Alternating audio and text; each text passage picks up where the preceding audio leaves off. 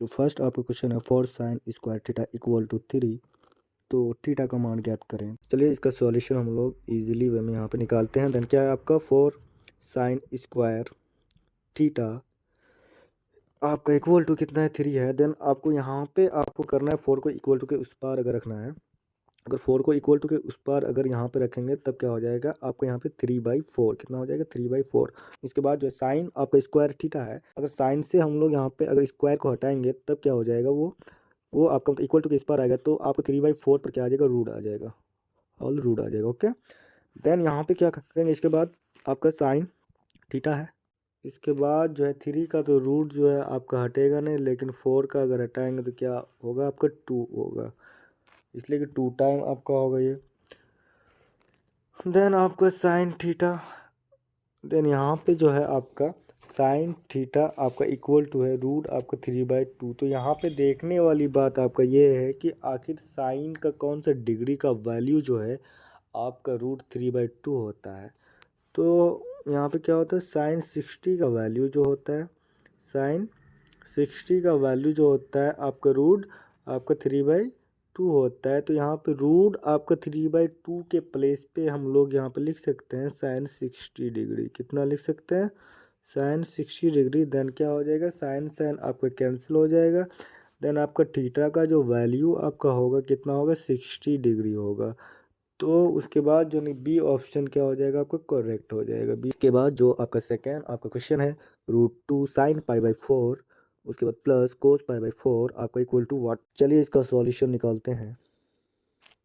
तो क्या होगा √2 साइन π/4 प्लस कोस π/4, देन क्या हो जाएगा आपका √2।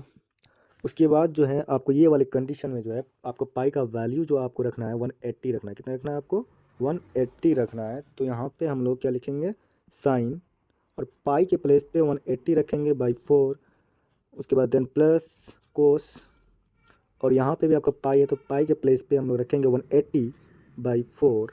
देन 4 को अगर 180 से हम लोग यहाँ पे रिड्यूस करेंगे, अगर इसको काटेंगे तो क्या हो जाएगा 4×4=16, रिमेनिंग आपका बचेगा 2 और 0 20, 4×5=20। तो कितना आपको 45 टाइम में आपका 4 से 180 ईजीली आपका जो इनके रिमूव हो जाएगा।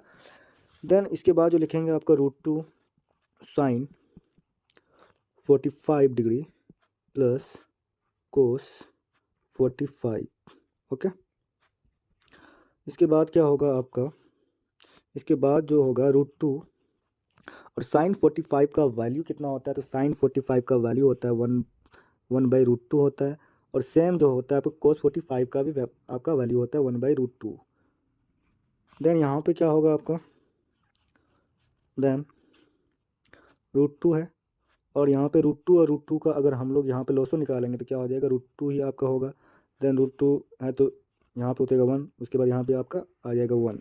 देन क्या होगा आपका √2, उसके बाद जो है 1 + 1 आपका हो जाएगा कितना 2, उसके बाई √2 आपका कैंसिल हो जाएगा। तो यहाँ पे आपका रिमेनिंग आपका बचेगा 2। तो देखते हैं कि 2 जो है आपका कौन सा इसमें है, तो यहाँ पे बी है, तो बी जो होगा आपका करेक्ट आंसर होगा।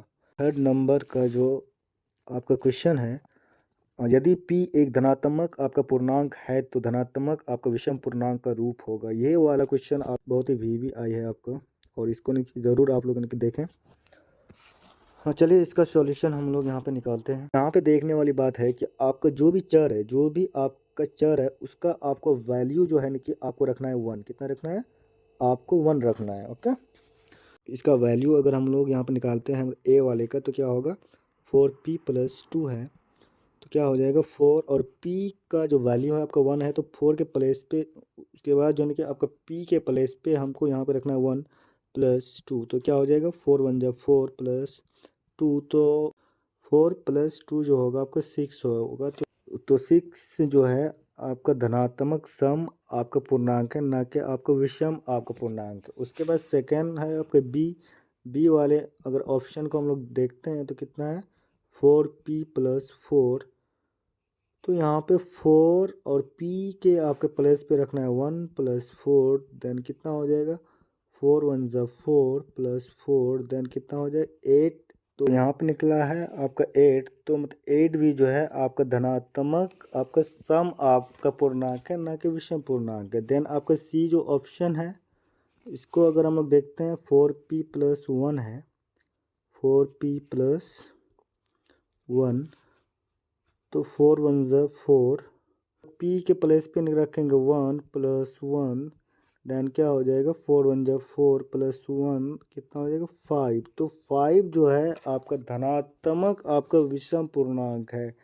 तो यहाँ पे क्या हो जाएगा सी जो ऑप्शन होगा आपका करेक्ट होगा।